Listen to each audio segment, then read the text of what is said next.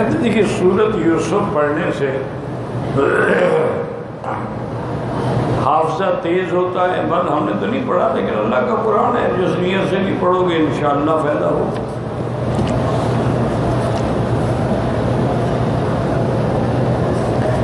دل سخت ہے، اس کا علاج حضور پاک نے یہ فرمایا ہے کہ تم قبرستان میں جا کر قبروں کی زیارت کیا کرو اور تصور کیا کرو کہ یہ مقام ہے جہاں ہم نے بھی آنا ہے، اور اس میں کتنے بڑے بڑے بادشاہ، بڑے بڑے عمراء، بڑے بڑے اغنیاء سوئے ہوئے ہیں. تو جب آدمی قبروں کی زیارت کرتا ہے اور آخرت کو یاد کرتا ہے تو اس کا دل نرم ہو.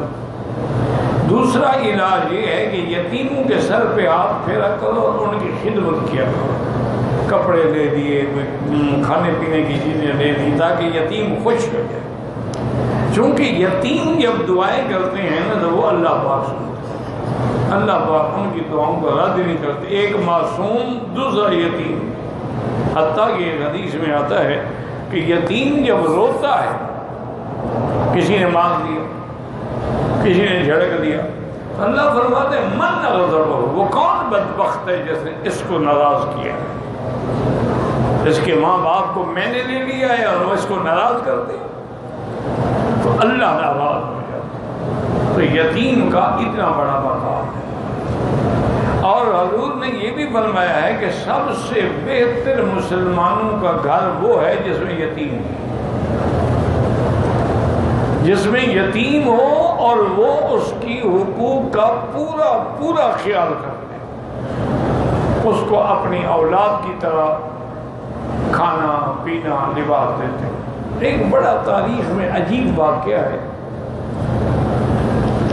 ایک کتاب ہے مستطرف جس میں ہر قسم کے حکایات ہیں.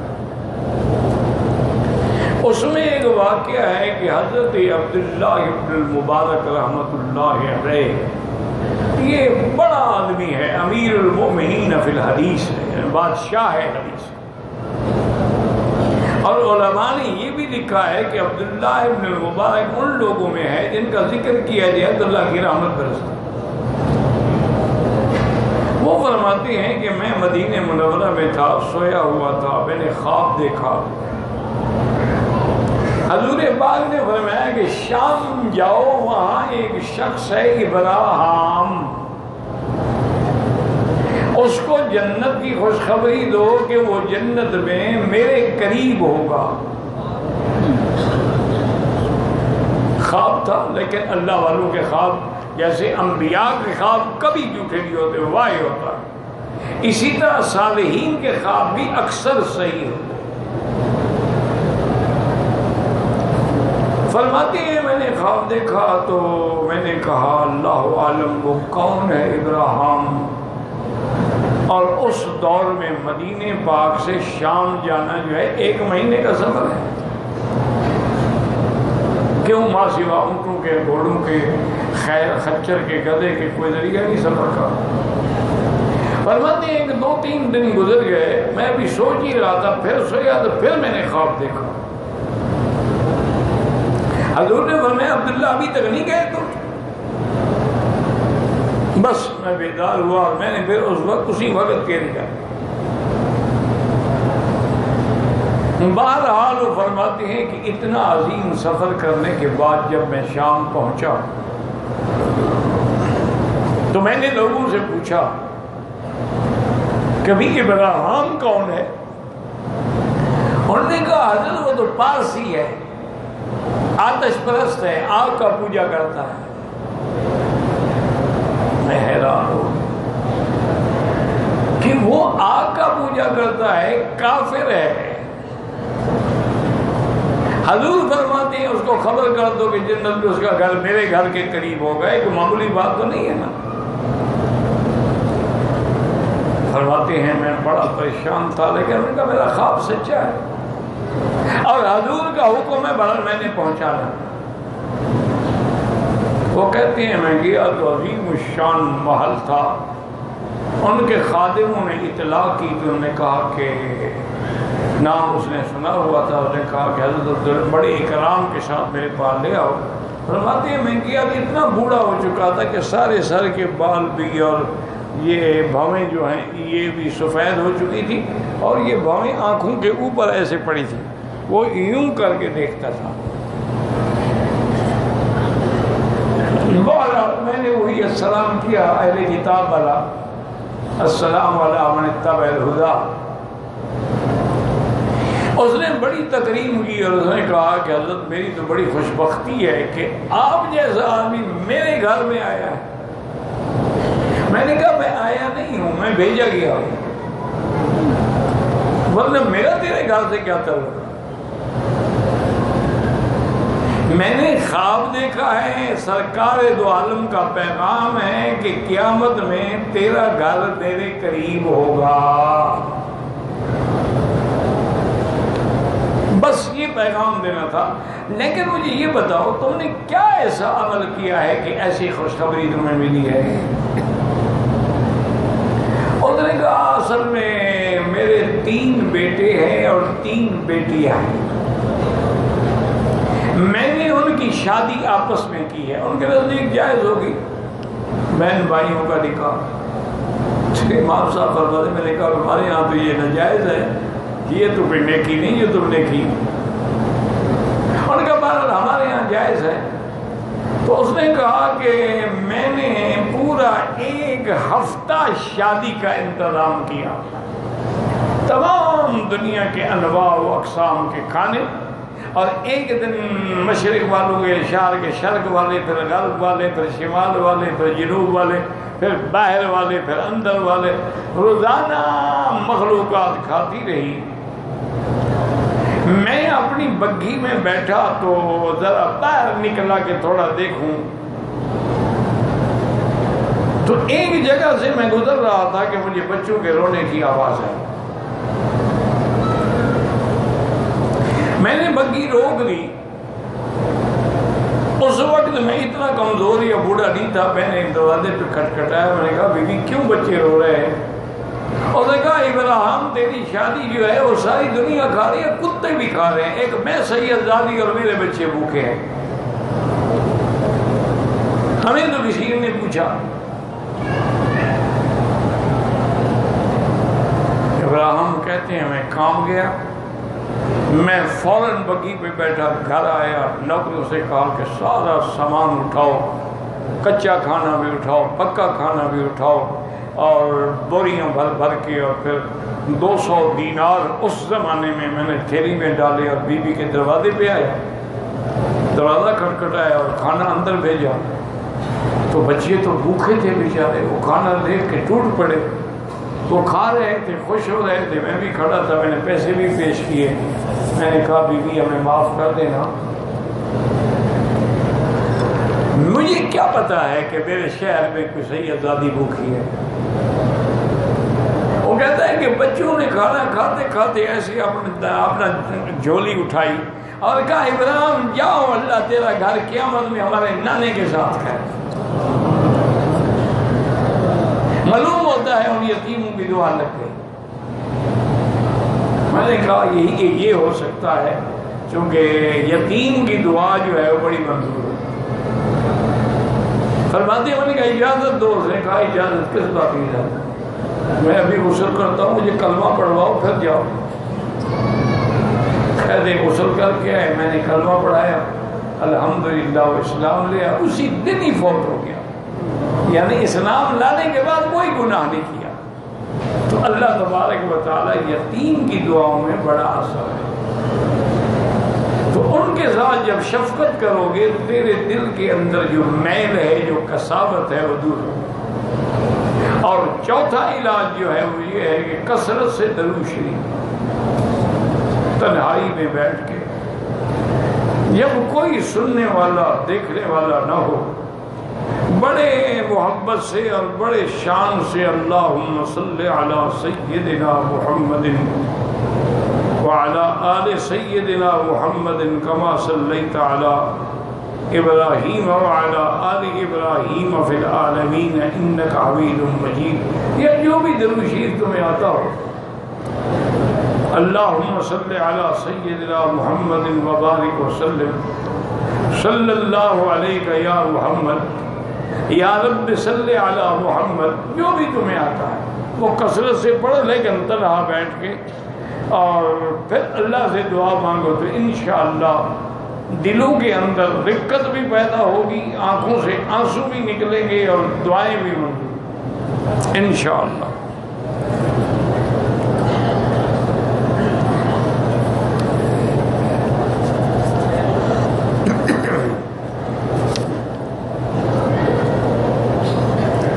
اللہ کے تقرب حاصل کرنے کا ذریعہ یہ ہے کہ قرآن شریف زیادہ پڑھا۔ چونکہ جب آدمی قرآن پڑھتا ہے تو گویا اللہ سے کلام کر رہا ہے، قرآن اللہ کا کلام ہے،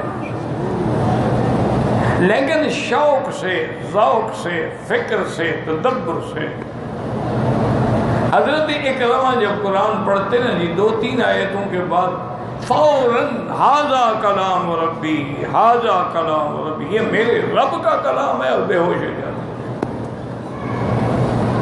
یہ جو ہم اور آپ پڑھتے ہیں نا، بس انشاءاللہ ثواب تو ملے گا، لیکن اس کے وہ اثرات اور ثمرات اور برکات نہیں نصیب ہوتے۔ ایک ایک لفظ پہ غور کریں گے، الحمدللہ رب العالمین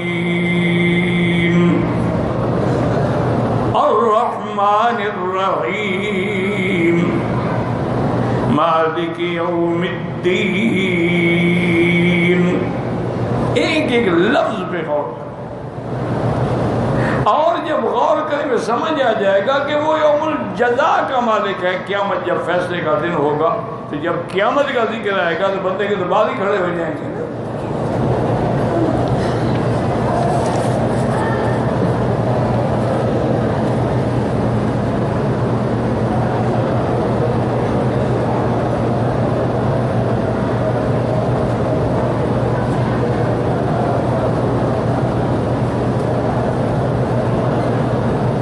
اگر ایک عورت کے بال گر چکے ہیں، 12 جو بھی ہیں اتنی سے کاٹ لے، ورنہ اسی جگہ اسرا پھیر دے تھوڑا سا، بس مجبور ہے۔ اگر بال بیماری سے گر چکے ہیں، بال نہ ہوں، جیسے گنجا آدمی عمرہ کرے اس طرح تو اس کو بھی پھروانا پڑے گا۔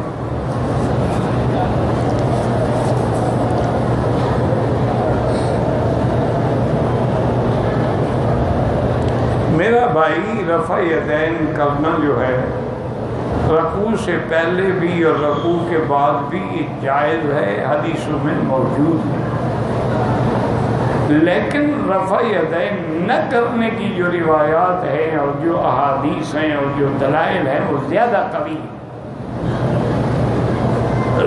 ورنہ یقین کریں کہ ائمہ کو کیا تکلیف تھی کہ حدیث رسول کو چھوڑ دیں۔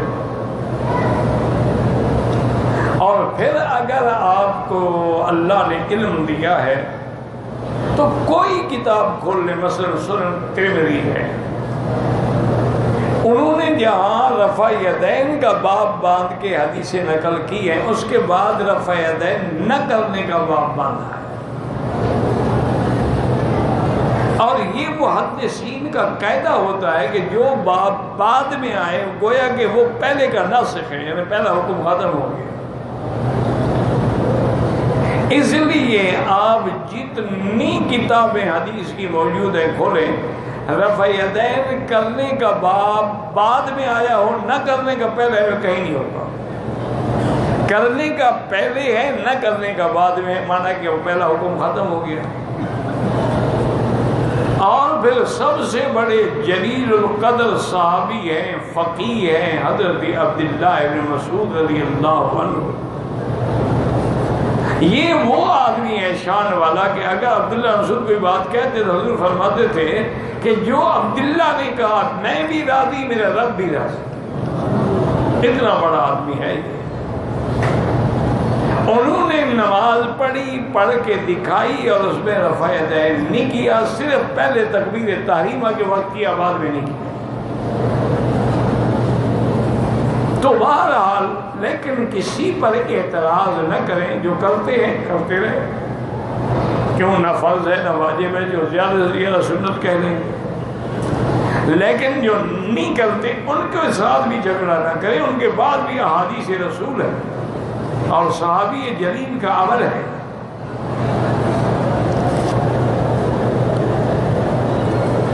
جنازے کا مکمل طریقہ جو یہی ہے، چونکہ جنازہ نماز نہیں دعا ہے۔ کوئی دنیا میں ایسی نماز نہیں جس میں رکوع نہ ہو، سجدہ نہ ہو، یہ ہے ہی دعا۔ اور ہر دعا کا یہی طریقہ ہوتا ہے کہ پہلے ثنا ہو، حمد ہو، پھر دعا ہو۔ یہی جنازے میں ہے کہ پہلے اللہ کی ثنا ہو، اس کے بعد صلاۃ علی النبی درود ہو، اس کے بعد دعا ہو۔ یہی حدیث موطا امام محمد میں بھی موجود ہے۔ لیکن جو لوگ فاتحہ پڑھتے ہیں وہ اس کو نماز سمجھتے ہیں، اس لیے وہ فاتحہ پڑھتے ہیں، تو ان پر بھی اعتراض نہ کریں۔ ہم تو کسی پہ اعتراض نہیں کرتے الحمدللہ۔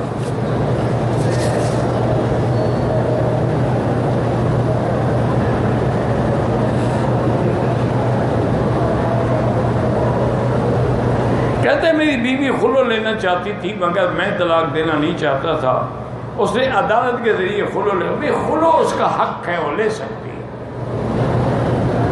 بعض علماء کہتے ہیں جب خلو طلب کر لیا، کورٹ نے فیصلہ کر لیا تم طلاق دو نہ دو، وہ فارغ ہو گئی۔ لیکن احتیاط اسی میں ہے کہ خاوند طلاق، جب ایک عورت خلو مانگنے پہ آ جائے تو پھر تمہیں ضرورت کیا ہے ایسی عورت میں رکھنے کی؟ اچھا اگر تم طلاق نہیں دو گے اس کے بعد تو قانونی طور پر ڈگری ہے کسی اور سے نکاح کرنے کی، پھر وہ گناہ کرتی رہے گی۔ ایسی عورتوں کو طلاق دے، دفع کریں۔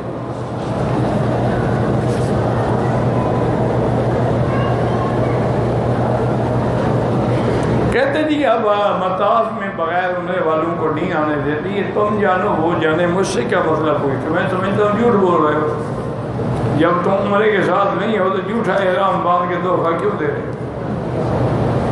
پھر عمرہ کر لیا کرو، ضروری جھوٹ بولنا ہے؟ مسجد ایسے چلے جو احرام باندھ گیا جو عمرہ کر لو، عمرے کے بعد 2-3 طواف اکٹھے کر لو، جھوٹ کیوں بولو؟ اور وہ بھی کعبے کے پاس آ کر۔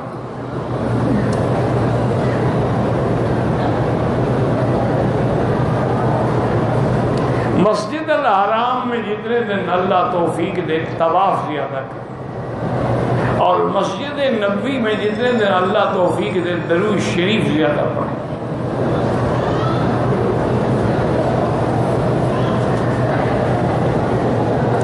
مسجد عائشہ سے مرد عمرہ کر سکتا ہے؟ ہاں جی کر سکتا ہے، عبداللہ بن عمر نے کیا ہے، عبداللہ بن زبیر نے کیا، اللہ کے بندے۔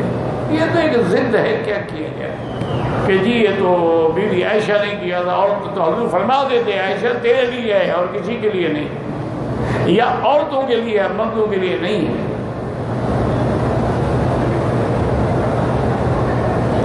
جیرانہ سے عمرہ سب کر سکتے ہیں، جیسے طائف سے سب کا مرد ہو یا عورت ہو۔ اب جیسے جیرانہ سے حضور پاک نے عمرہ کیا، مانا عورت نہیں کر سکتی؟ کیوں نہیں کر؟ جب عمرہ کیا تو مرد کرے یا عورت کرے؟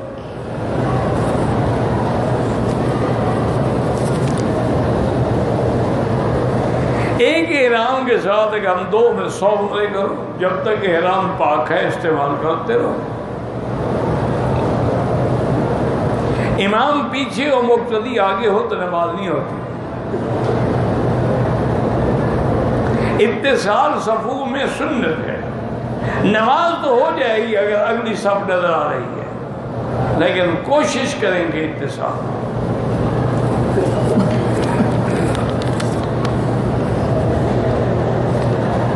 زندہ افراد کے لیے اگر معذور ہیں تو عمرہ کر سکتے ہیں، ورنہ اپنے لیے عمرہ کر کے دعا کریں گے یا اللہ اس کا ثواب فلاں کو عطا فرما،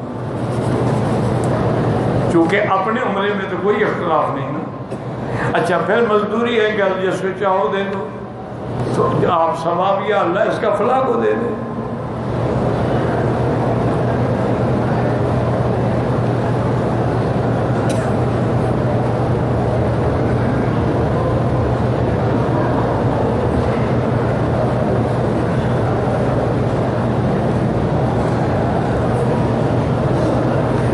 کہ ایک شخص دعویٰ کرتا ہے کہ اس کی بہو کو ایک وہ شخص جو فوت ہو گیا ہے اس نے جنت کی سیر کرائی اور حضور اور صحابہ کرام سے بھی ملاقات کرائی، اور اس مردے نے اس کی بہو کو 6 گھنٹے میں عمرہ بھی کرا دیا، یہ خواب ہے یا حقیقت ہے؟ خواب میں تو ہو سکتا ہے لیکن حقیقت جھوٹ ہے۔ بی بی فاطمہ کی ملاقات تو نہیں ہوئی حضور کی وفات کے بعد، حسنین کی ملاقات بھی نہیں ہوئی نانا سے وفات کے بعد۔ یہ سارے قصے ہیں، کہانیاں ہیں، لوگوں نے گھر رکھے ہیں، بناتے ہیں، اللہ معاف کرے۔ اب وہ بندہ تو مر گیا، اس کی بہو پیرانی بن جائے گی نا، حضور سے بھی مل لیا، صحابہ سے بھی مل لیا، عمرہ بھی کر لیا، حالانکہ نماز کا ترجمہ بھی نہیں آتا ہوگا کہ دعائے قنوت کا کیا ترجمہ ہے۔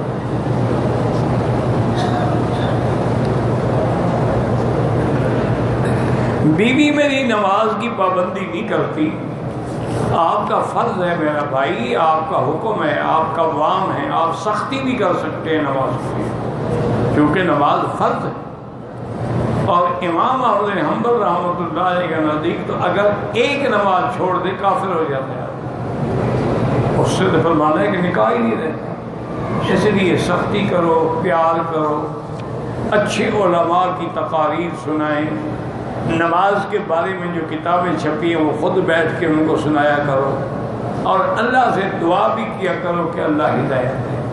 مطلب دیکھو نا، تمہاری کھانا پکاتی ہے، ناشتہ پکاتی ہے، تمہیں لنچ کراتی ہے، ڈنر کراتی ہے، کپڑے دھوتی ہے، صرف نماز نہیں پڑھتی، یہ کوئی بات ہے؟ تمہاری نیت ٹھیک نہیں ہے، باقی سارے کام کیسے کرتی ہے؟ اگر نہ فرمانو تو کوئی کام ہی نہ کرے نا۔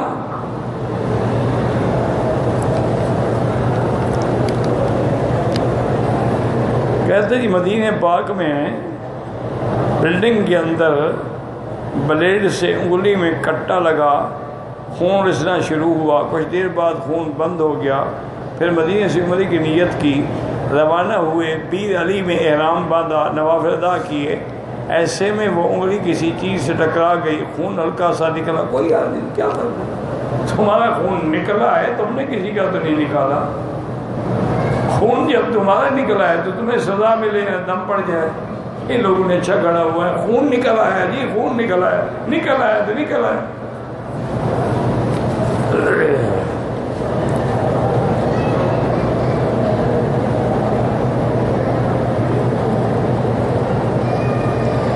عشاء کی نماز میں امام صاحب آخری رکعت میں ہیں تو میں شامل ہوں تو آپ پوری نماز پڑھیں، اگر آخری رکعت مل جائے تو پھر ایک پڑھ کے بیٹھ جائیں گے، پھر کھڑے ہو کے 2 رکعت پڑھیں، لیکن اگر وہ آخری بھی نہیں ملی ہے تو پھر پوری 4 رکعت پڑھیں گے۔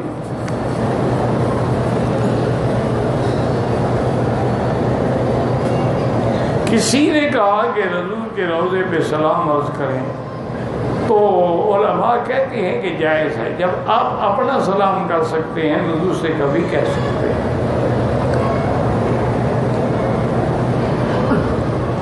بقیع قبرستان کہنا صحیح ہے یا جنت، جو بھی کہو، بقیع تو جگہ کا نام ہے، اور جگہ کا نام ہے بقیع الغرقد۔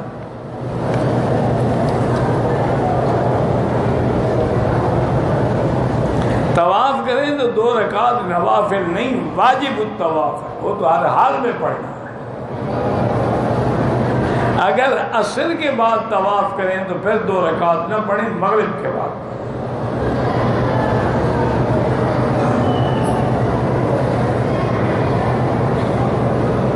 اگر ہوٹل میں امام کی آواز پہنچ رہی ہے تو اس آواز کی اقتدا کرتے ہوئے نماز جائز ہے؟ بالکل نہیں، جب تک اگلی صفحے نظر نہ آئے۔ آواز تو ٹیلی ویژن پر تمہارے ملک میں بھی پہنچ جاتی ہے۔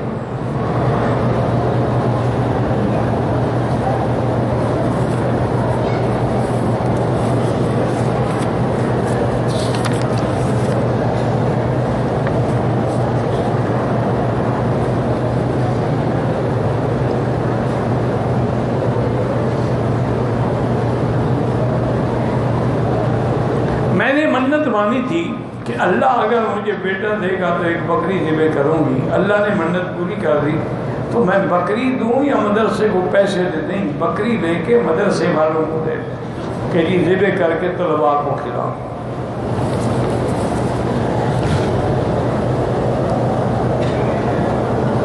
اگر پاؤں میں آدمی کو تکلیف ہے وہ چپل پہن کے طواف کر سکتا ہے، اگر چپل پاک ہے تو کر سکتا ہے۔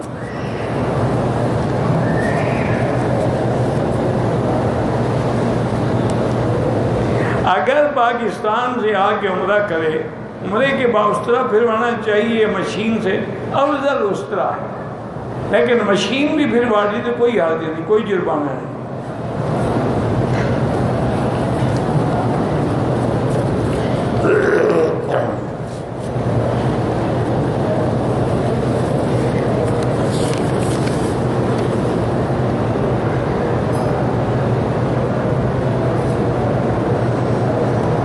میں نے دوسرا عمرہ کیا، 5-6 سر کے بال کٹوائے، مکمل بال نہیں کٹوائے، دم پڑ گئی۔ بال بھی کٹواؤ، دم بھی ادا کرو۔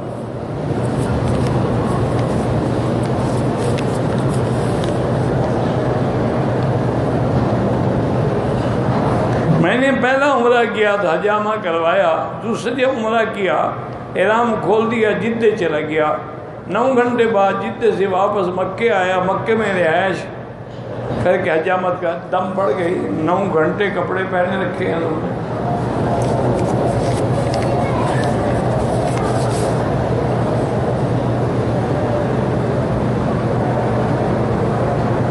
اگر دم پڑ جائے، مانا ہے کہ منڈی، مکے کی منڈی میں جا کے ایک بکری بکرا تم بھی جو بھی ہو خرید کے ذبح کر کے غریبوں کو دے دو، وہاں بڑے کھڑے ہوتے ہیں، اس کے علاوہ کوئی حل نہیں ہے۔ پھر انتظار کرو جب اللہ پیسے دے دم کرا دے۔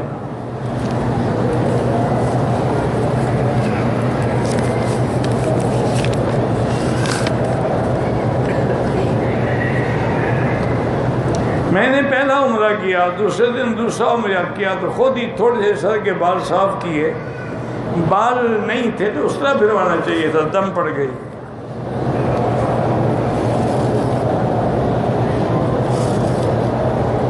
بی بی کو 3 طلاق دے دی، حرام ہو گئی، اب آپ کے پاس واپس نہیں آ سکتی جب تک کہ وہ کسی دوسرے سے شادی نہ کرے،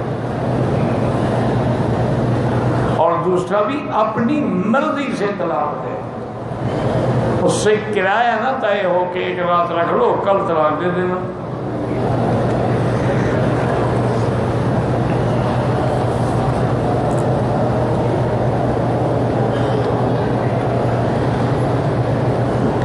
میں نے عمرہ کیا تھا، اب کل دوسرا کروں گا، اس طرح بالکل بال ہونا اس طرح پھروائیں۔ جس آدمی کو جنات کا اثر ہو سورۃ البقرہ پڑھا کرے۔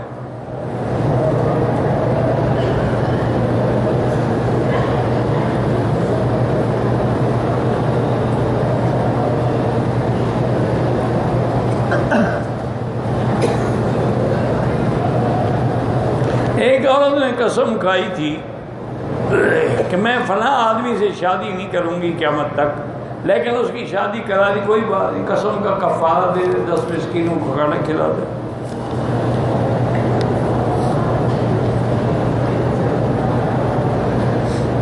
طواف کے 7 چکروں میں کندھا کھلا رہنا چاہیے۔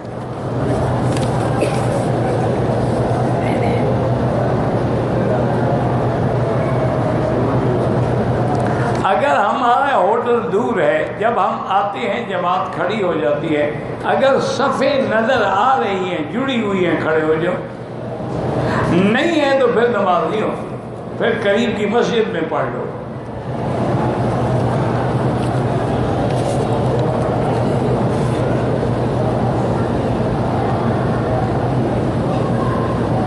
اگر کوئی آدمی اپنے گھر میں یا ہوٹل میں اکیلے نماز کو، اس کو بھی انشاءاللہ 1 لاکھ ملے گا۔ اصل حدیث میں تو فرض کا ذکر ہے، لیکن فیصلہ یہی ہے کہ ہر نماز پر 1 لاکھ ملے گا، واجب ہو، سنت ہو، نفل ہو۔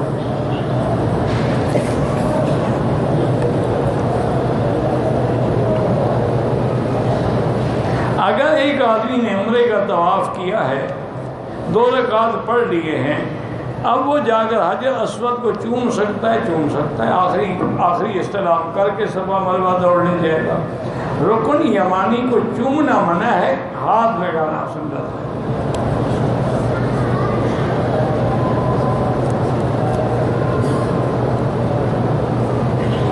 اگر ہم نے کسی اور کے لیے عمرہ کیا ہے تو اس کو بھی پورا ثواب ملے گا، تمہیں بھی پورا ثواب ملے گا۔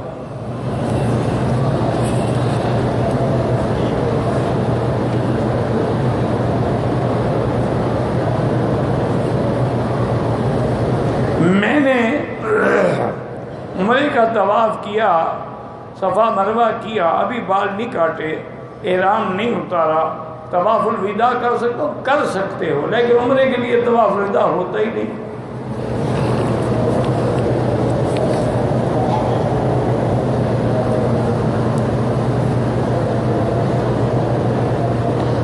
قیامت والے دن میدان معاشر میں ہم اپنے رشتہ داروں کو، عزیزوں کو، ہمسائے پہچانیں گے۔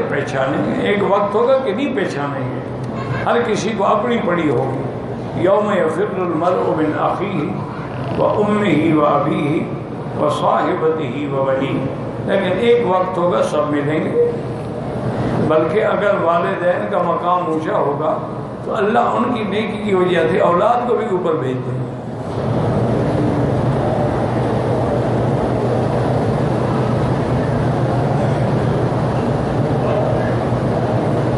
میرے بھائی نے اولاد نہ ہونے کی وجہ سے دوسری شادی کر لی ہے، لیکن اس نے پہلی بیوی سے اجازت نہیں لی ہے، تو اب بیوی کہتی ہے کہ طلاق نہ دو گے تو میں کیس کر دوں گا۔ اس کو کہو جاؤ کیس کرو،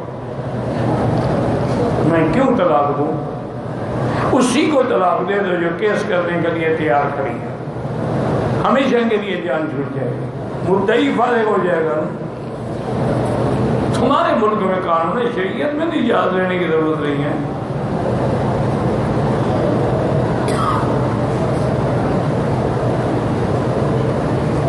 ہمارے علاقے میں رسم ہے کہ بیٹیاں جب زمین تقسیم ہوتی ہے تو بھائیوں کو دے دیتی ہیں، ظلم ہے، خوشی سے نہیں دیتی، رسم و رواج کے ڈر سے دیتی ہیں۔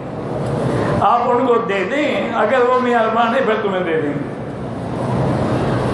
آپ ان کا حصہ ان کو دے دیں، انتقال بھی کر دیں، قبضہ بھی دے دیں، پھر اگر بڑی مہربانی ہے بہنوں کو تو تمہیں دے دیں گے۔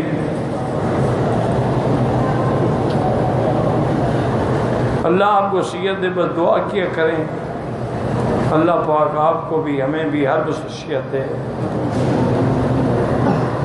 حضرت مولانا سلیم اللہ خان صاحب جامع فاروقی والے رحمۃ اللہ علیہ، وہ تو ہمارے لیے ایسے تھے جیسے والد ہوتے ہیں، ہم ہمیشہ ان کے لیے دعا کرتے ہیں، اللہ ان کے درجات کو بلند فرمائے اور ان کے مشن کو اور ادارے کو ہمیشہ شاد و آباد رکھے۔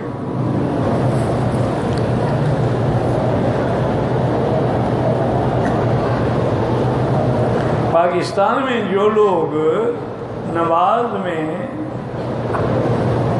پتہ نہیں کیا لکھا ہے، مجھے نہیں پڑھا جاتا، بہرحال صفوں کا فاصلہ زیادہ نہ ہو، اتنا ہو جتنا ایک صف کی گنجائش ہے، زیادہ ہو نماز تو ہو جائے گی بھائی۔ احرام پہ خوشبو لگ جائے دھو ڈالے، ورنہ دم دینی پڑے گی۔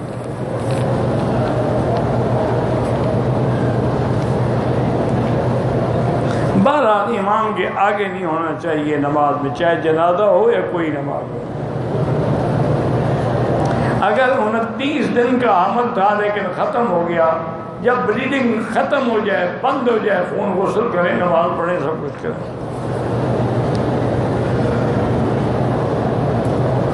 اگر کسی نے بھول کے صفا مروہ کے 6 چکر لگائے، ہو گیا عمرہ، لیکن بہتر یہ ہے کہ 1 چکر لگا لو۔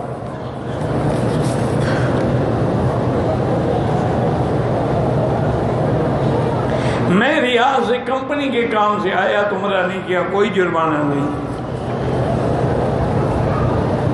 ایک سفر میں کتنی عمرے کر سکتے ہیں؟ جتنا اللہ توفیق دے۔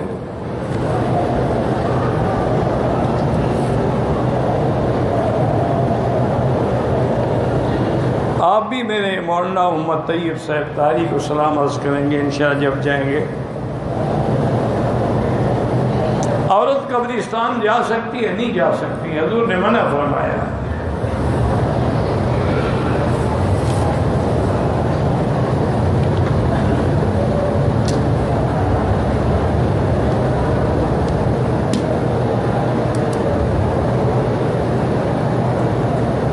کہتے ہیں ہم نے عمرہ کیا، میں نے اپنے بال کٹوا لیے لیکن بیوی کے بال کاٹنے بھول گیا، سو گئے، صبح کاٹے، کوئی حاضر نہیں۔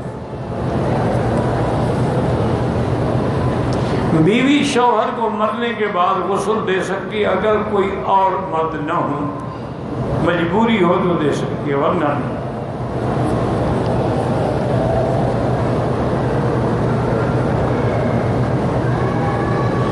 ایک بچے کی عمر 1 سال ہے، کالا موتی، اللہ شفا عطا فرمائے۔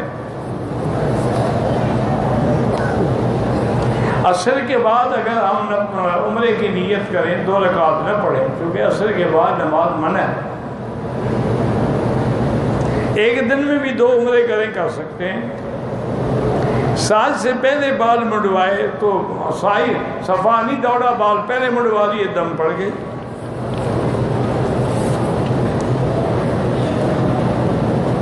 خواب میں سانپ دیکھا جائے تو مار ڈالو۔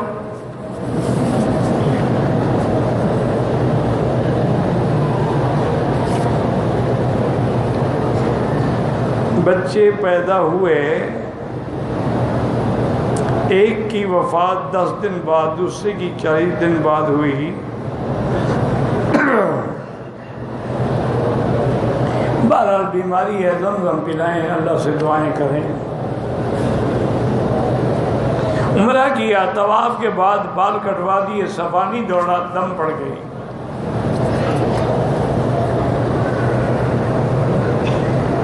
صفا مروہ تک ایک چکر ہوتا ہے یا صفا سے مروہ تک ایک، مروہ سے واپس آئیں گے اب 2 ہو جائیں گے، واللہ اعلم۔ ربنا تقبل منا انک انت السمیع العلیم وتب علینا انک انت التواب الرحیم۔ یا اللہ یا اللہ یا اللہ یا رحمان یا رحیم، یا حی یا قیوم یا ذا الجلال والاکرام، یا الہنا الہ کل شیء الہا واحدا لا الہ الا انت، اللہم انت المیسر لکل یسیر وانت علی کل شیء قدیر۔ اللہم یسر امورنا و امور اولادنا، اخواننا، بناتنا، اصحابنا، امور من اوصانا واستوصانا وامور المسلمین برحمتک یا ارحم الراحمین۔ اللہم اصلحنا واصلح بنا واصلح اولادنا واولاد المسلمین۔ اللہم اصلح احوالنا واحوال المسلمین۔ اللہم اصلح بناتنا وبنات المسلمین۔ اللہم اصلح ذریاتنا وذریات المسلمین۔ اللہم اصلح لنا شاننا کلها فلا تکلنا الی انفسنا طرفۃ عین قط ولا اقل من ذلک۔ اللہم انصر الاسلام والمسلمین ووہم حوزة الدین۔ اللہم اذل الشرک والمشرکین۔ اللہم احفظ سائر بلاد المسلمین فهذا البلد الامین فاجعل آمنا مطمئنا سخاء رخاء الی یوم الدین۔ یا اللہ بیماروں کو شفا عطا فرما، یا اللہ بیماروں کو شفا عطا فرما، یا اللہ ہماری ظاہری، باطنی، روحانی، جسمانی بیماریاں دور فرما، یا اللہ بے حیاؤں کو حیا عطا فرما، بے دینوں کو دین عطا فرما، بے اولادوں کو اولاد صالح عطا فرما، بے روزگاروں کو روزگار عطا فرما، قرض داروں کے قرض عطا فرما، یا اللہ جن کے رزق میں تنگی ہے برکتیں عطا فرما، یا اللہ جن کے گھروں میں بچیاں ہیں خیر کے رشتے نصیب فرما، یا اللہ مسلمان کشمیر میں ہیں، فلسطین میں ہیں، روہنگیا میں ہیں، عرب میں ہیں، عجم میں ہیں، ان کی جان، مال، آبرو، عزت کی حفاظت فرما، یا اللہ اس بلد الامین کی حفاظت فرما، یا اللہ پاکستان کی حفاظت فرما، یہود اور ہنود کی سازشوں سے محفوظ فرما۔ ربنا آتنا فی الدنیا حسنۃ وفی الآخرۃ قنا عذاب النار۔ وصلی اللہ تعالی علی خیر خلقہ سیدنا محمد وعلی آلہ وصحبہ اجمعین. اللہم